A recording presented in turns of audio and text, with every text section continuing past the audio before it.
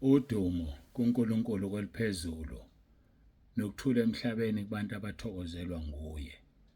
Baba uNsibando kubingelelayo ngithi uJesu KRISTU uyinkosi. Siyambonga uNkulunkulu kakhulu usigcina asilondoloze asiphe usuku lwanamhlanje ukuba siphinde sikwazi ukuhlangana sisherishe izwi lakhe.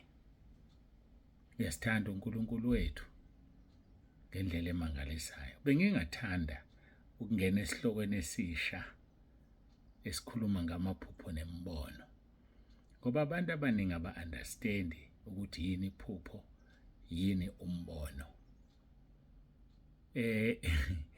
Khona omunye obengithumelela, angazi bekwenze njani, ubengithumela imessage nje ethi iphupho nombono kuyafana.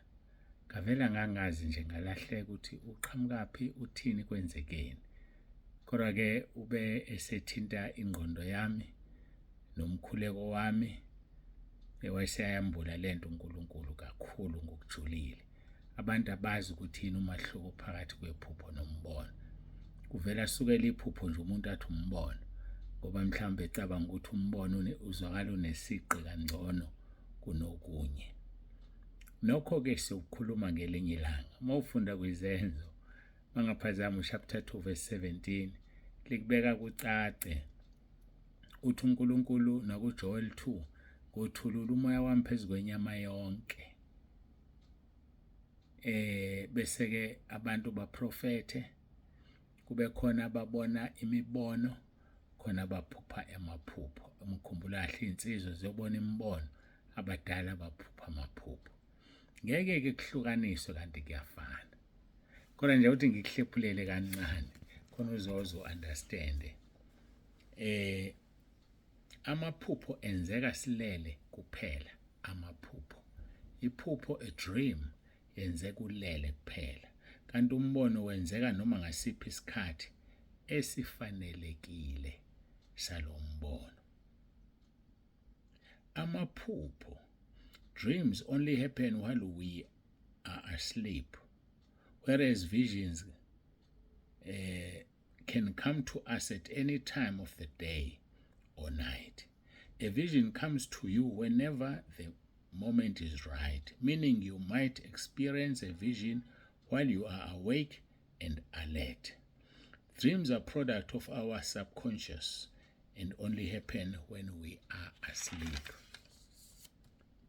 And while both have information and insight to offer us, a vision might feel like a moment of realization or clarity, while a dream is more self-reflective.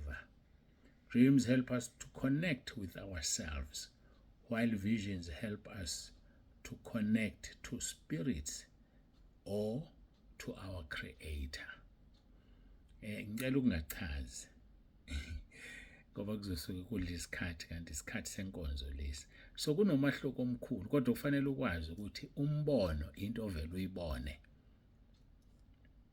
Njengoba ngihlezi nje la enkonzweni zaphakathi nensuku ngiyahlala, njengoba ngihlezi nje ngishumayela, kungavele kuqhamuka umbono iphazamiseke yonke inkonzo. Umbono into oyibona ubhekile nje, busho uvela ubona enye into engathi ubona ifilimu yadlala. Kanti iphupho lenzeka ulele. Iphupho lingawe isikhathi esiningi, kanti umbono usuke ukuxhumanisa nezwe ongekho kulona. Bakubekela ngesingisi ngokuthi kuxhumanisa nemimoya, spirits, noma umbono ukuxhumanise nomdali wakho. Phela singakhohlwa ukuthi khona imbono kaSathane. So makuthiwa likuxhumanisa nemibono, uxhumanisa imbono kaSathane.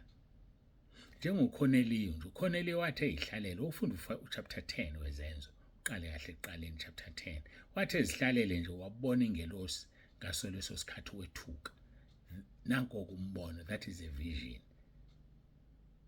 Umulele uyaphupha. Angazi uma sayizwa lento, awufani umbono nephupho.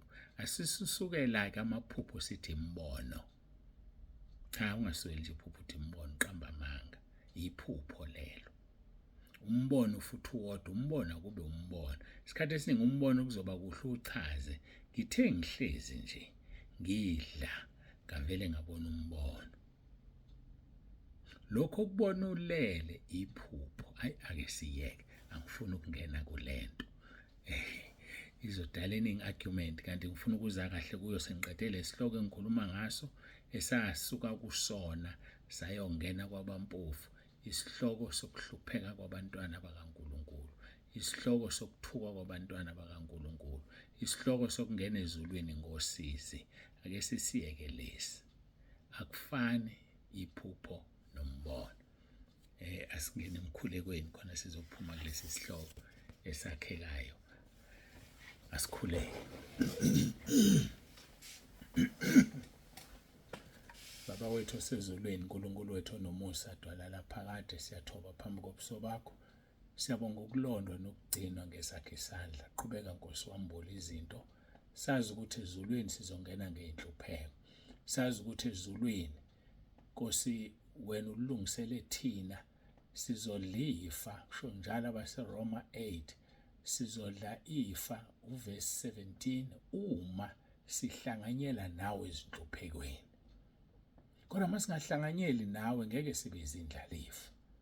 Asikwamukeleke ukuhlupheka kwethu kwasemhlabeni kakhulu uma singahlupheki ngoba sonile, kodwa sihlupheka ngenxa yegama leNkosi yethu uJesu Kristu. uJesu Kristu inkosi. Amen.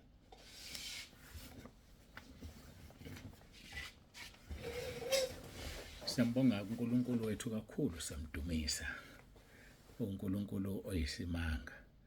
Asifundeke izwi lethu lomgogodla basePhilippians chapter 2 verse 9 kuya kuverse 11. Ngalokho-ke uNkulunkulu wamphakamisa kakhulu, wamnika igama eliphezulu kwamagama onke, ukuze kuthi ngegama likaJesu amadolo onke aguqe, awabasezulwini, awabasemhlabeni, awabangaphansi komhlaba, nezilimi zonke zivume ngokuthi uJesu Kristu inkosi, kube inkazimulo kuNkulunkulu Baba. uJesu Kristu inkosi. Zonke izilimi ziyaguqa bese zisho njalo. Asiyeke encwadini kaPetro chapter 3 esasikade sikuye. Sisuka ku chapter 4 njalo, kodwa ke sibuyele ku chapter 3 verse 14. Kepha noma nihlupheka ngenxa yokulunga nebusisiwe, ningesabi ukwesabisa kwabo, ningakhathazeki. Kepha mngcweliseni uKristu abe yinkosi ezinhlizweni zenu. Nihlale ningabalungele ukubaphendula bonke abanibuza isizathu sethemba elikini. Verse 16. Kodwa kube ngobumnene nangokwesaba, nibe nonembezo omuhle, ukuze kuthi kulokho abanihleba ngakho bajabhiswe laba abathuka ukuhamba kwenu okuhle kuKristu. Uxolo. Wabakhona abathuka ukuhamba kwethu okuhle kuKristu, kodwa bazojabha uma thina sinonembezo omuhle, kungekho izinto abasola ngazo, besisola besihleba kuphela ngokuthi sikhonza uNkulunkulu, besisola besihleba kuphela ngokuthi sithi uJesu Kristu inkosi. So asinankinga-ke nalokho. Hayi, asinayo nencane inkinga. Athi verse 17. Ngokuba kuhle ukuhlupheka ngokwenza okuhle uma kuyintando kaNkulunkulu kunokwenza okubi. Nanso-ke indaba ewukhiye. Lokho kuhluphekelayo kuyintando kaNkulunkulu yini? Lokho abakuthukela khona wenza intando kaNkulunkulu yini? Abakuthuki ngoba uyiphethe kabi? Abakuthuki ngoba mhlawumbe uyingozi emadodeni abo, mama othizeni noma ntombazana? Abakuthuki ngoba uyingozi baba ebakhosikazini abo, awudlulwa sketi wena? Kubi makunjalo kanti uzibiza ngumntwana kaNkulunkulu. Kuyihlazo lelo. Isihogo sakho sophindwa kaningi. Phenduka, ungakabi ngale kwethuna. Phenduka, Jesu kulindele. Wazi ukuthi kuhle uma sihlushwa ngenxa yegama leNkosi uJesu. 2 verse 17. Ngokuba kuhle ukuhlupheka ngokwenza okuhle uma kuyintando kaNkulunkulu. Shuthi kukhona ukuthi uyenze into enhle kanti ayiyona intando kaNkulunkulu. wenza into enhle kanti ayiyona intando kaNkulunkulu. Uma uthatha uthenga ipresent ethile, kuhle lokho, uyoyipha umuntu othile, makungeyona intando kaNkulunkulu kubi. Mhlambe le present uyoyipha intombazane ethizeni, udubuza amagabade uyashela. Mhlambe uyoyipha umfazi womuntu, noma uyoyipha indoda yomuntu, uyoyipha ibosi yakho.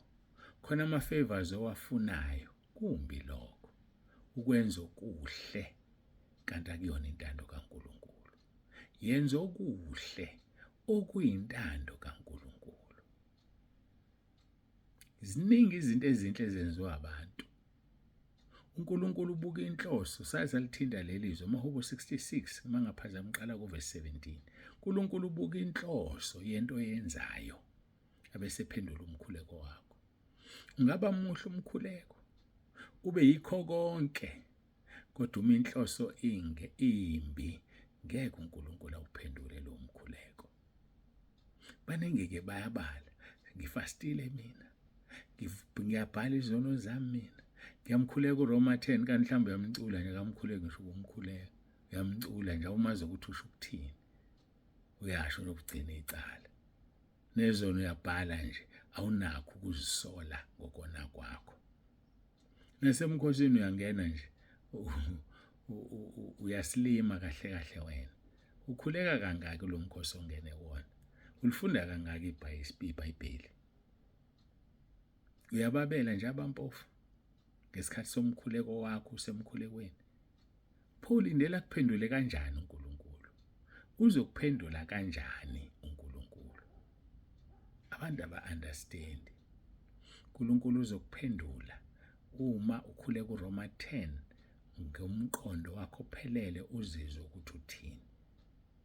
Umvumo uJesu ukuthi uyinkosi, ukholwe enhlizweni yakho ukuthi uNkulunkulu wamvusa kwabafileyo. Ngisho uvuma izono zakho, ube nokuzisola ngokona kwakho, ube nokuzisola ngokungcolisa ithempeli likaNkulunkulu. uNkulunkulu uzokwenzela umusa. Kodwa uma ungenakho ukuyisola, ugcina icala ngoba nakho wena ufuna umsebenzi, wanakho wena ufuna kuphendula umkhuleko wakho othize. Ningaduki, uNkulunkulu akahlekwa. Ningaduki. uNkulunkulu akenziwe isilima. Uyokushaya uma umenza isilima. Uzokushaya uNkulunkulu. Ungamenzi isilima, ungamenzi upopayi wakho. Yiba honest kuyo yonke into oyenzayo noyixoxa noNkulunkulu. Uma ungekho serious ungakwenzi. uNkulunkulu uyashayana, ngiyamsaba, ngiyamazi. uNkulunkulu uyashayana. Wakwashaya uHerode, wadliwa izimpethu ephila zagijima kuyimpethu. Kwakwashaya omunye emelene nokushunyelwa kwevangeli wayimpumputhe same time. Hayi, mina uNkulunkulu ngiyamazi. Baqamba amanga uAnaniya noSafira kuPetro same time, bafa bangcwatshwa. Wena usakwenzela umusa nje, uyakuthanda, usuyiqhenya-ke, usubhampela uNkulunkulu. Akabhantshelwa nje uNkulunkulu, ungambhampeli nje. Hayi, ungambhampeli uNkulunkulu. Zithobe, uvuma izono zakho, khuleka uRoma 10 verse 9. Uzila ukudla kucace. Hayi uthi uzila ukudla hamba uvakashe emzini yabantu ukhuluma indaba. Uzila ukudla ubukana nama-TV, ubukana nama-soapie. Ayikho into ekudlula kodwa uthi uzila ukudla. Omunye akuzela aza kuntshontshe ngale. Omunye akuzela athi uyahluleka nokuzela ukudla. Kanti isimo azilela kuso asikho conducive ukuthi azile ukudla. Hayi bazalwane. uNkulunkulu singamenzi ibhola lethu. Ngoba uzothi uma ususha esihogweni uzosikhumbula lesikhathi odlale ngaso. Uzosikhumbula lesi sikhathi. Uma usafuna ukudlala, ayikhululeka, hamba uyodlala. Usudlala egroundini likaNkulunkulu, usudlala endaweni kaNkulunkulu. Hamba uyodlala le kude kwaSathane. Lithi izwi lenkosi, kuba kuhle ukuhlupheka ngokwenza okuhle uma kuyintando kaNkulunkulu kunokwenza okubi. Verse 18, ngokuba naye uKristu wahlupheka kwabakanye ngezono, olungileyo ngenxa yabangalungile, ukuze sise kuNkulunkulu, ebulawe enyameni kepha ephiliswe emoyeni. wahlupheka kanye ngenxa yezono zethu. Wahlupheka uJesu ngenxa yezono zethu. Ngakho-ke elungile wahluphekela abangalungile ukuba siyise kuNkulunkulu. Wayibulawa enyameni kodwa ephiliswe emphefumulweni. So nathi masifuna ukuya ezulwini sizobulawa enyameni siphiliswe emphefumulweni. Asimkhonzeni uNkulunkulu wethu, simthande, uyisimangaliso. Usinika igama elithi uJesu Kristu Inkosi lenze imanga. Wasinika umkhuleko wabaseRoma 10:9 wenze imanga okwethu thina. Asiwukhuleke lo mkhuleko. Asikwenze afuna sikwenze. Asivume izono zethu sizishiye, sizivume ngokudabuka. Ufihla isiphambeko sakhe akayikuphumelela, kodwa ozivumayo azishiye uzothola umusa. uJesu Kristu Inkosi. Masikhuleke.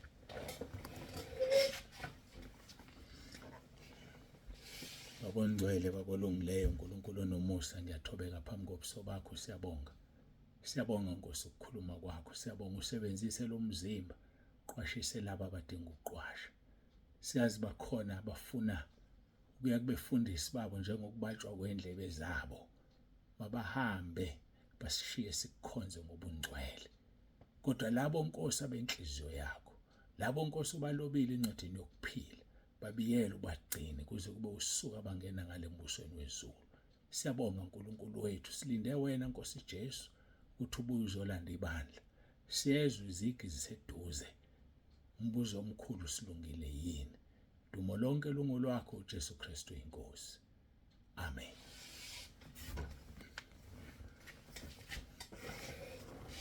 Siyambonga uNkulunkulu wethu kakhulu, siyamdumisa, bangcwele, uJesu Kristu Inkosi.